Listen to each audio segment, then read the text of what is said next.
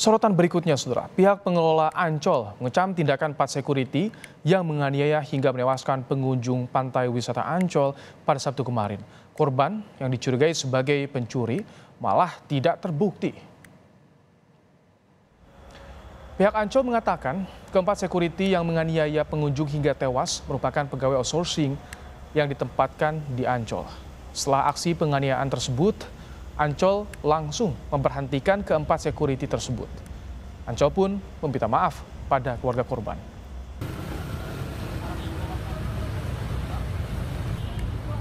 Insiden ini sudah terjadi dan kami tidak membenarkan segala tindakan yang dilakukan oleh para oknum petugas yang merupakan tenaga ahli daya atau outsourcing tersebut. Saat ini kami sudah menyerahkan proses hukum kepada pihak yang berwajib. Kami sangat menyayangkan insiden ini terjadi di lingkungan Ancol Taman Impian dan kami juga mohon maaf sebesar-besarnya kepada keluarga korban. Sebelumnya penganiayaan terhadap seorang pengunjung terjadi di kawasan wisata Ancol, Jakarta. Korban yang dituduh mencuri dianiaya oleh 4 security Ancol di lokasi ini, saudara. Korban tewas akibat luka di sekujur tubuhnya setelah mengalami penganiayaan. Hingga kini polisi sudah menetapkan 4 orang tersangka dalam kasus penganiayaan hingga korban meninggal dunia di Ancol. Nah, dari yang kami lakukan penyidikan memang tidak ada bukti bahwa korban ini mengambil barang ataupun CCTV yang mengarah bahwa korban ini melakukan tindak pidana.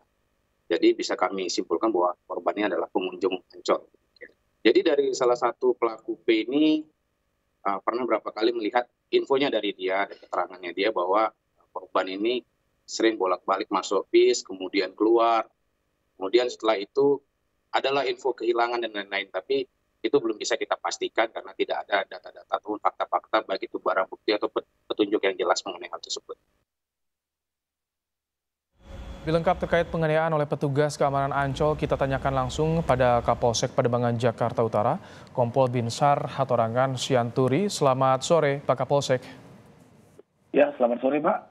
Baik, Pak Kapolsek, keterangan dari para pelaku apa sih sebetulnya motif mereka menganiaya? Main hakim sendiri, korban juga tidak terbukti mencuri, Pak Kapolsek.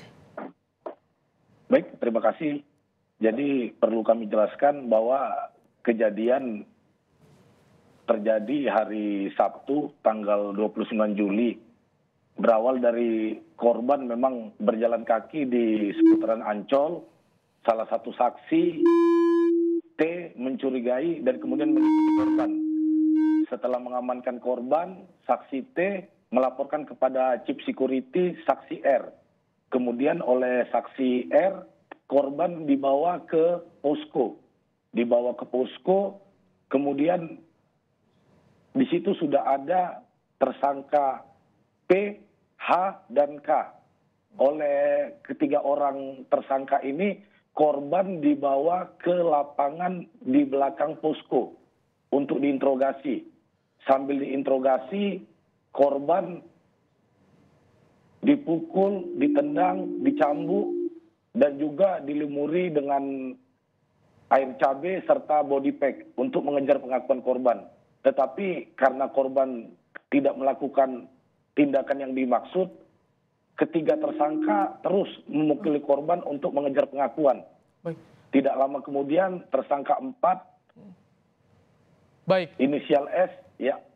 Jadi ini murni penganiayaan. Ada yang menghasut jika korban melakukan pencurian seperti itu dari pengakuan Pak tersangka ini, Pak Kapolsek?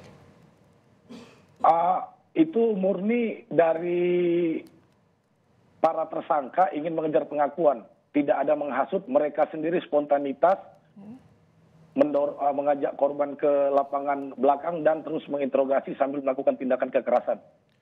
Padahal korban sudah mengaku tidak mencuri. Itu yang dijelaskan oleh korban sebelumnya, Pak Kapolsek. Betul, betul. Pak Kapolsek, pihak Ancol apakah dimintai keterangan juga soal ini? Karena kan apakah ada pengawasan? SOP-nya bagaimana ketika mengamankan seseorang di lokasi wisata? Baik, untuk orang yang dicurigai memang diamankan, kemudian diambil keterangan. Jika tidak terbukti, korban tersebut bisa dipulangkan. Dan memang kelima tersangka ini melakukan tindakan tanpa sepengetahuan pimpinannya. Jadi kami konfirmasi lagi, jadi ada 5 tersangka atau 4 tersangka nih Pak Kapolsek? Untuk tersangka ada 5 orang, 4 orang sudah kita amankan, sementara 1 orang DPO. Oh, itu semuanya outsourcing di Ancol? Betul, oknum security di Ancol. Ancaman bagi mereka para pelaku seperti apa Pak Kapolsek? Untuk kelima orang tersangka kita jerat pasal 170 ayat 2 atau 351 ayat 3 dengan ancaman hukuman di atas 7 tahun penjara. Oke, soal standar prosedur pengamanan di Ancol, apakah ada koordinasi ke depan agar tidak terulang seperti ini Pak Kapolsek? Sebenarnya antara kami dari Polsek Pademangan dengan pihak Ancol sudah berkoordinasi dengan baik terkait pengamanan ataupun komunikasi sudah berjalan dengan baik. Tapi memang tindakan kekerasan ini dilakukan oleh oknum. Tadi selain pihak Ancol, siapa lagi yang diperiksa? Apakah ada keluarga korban juga yang diminta keterangan?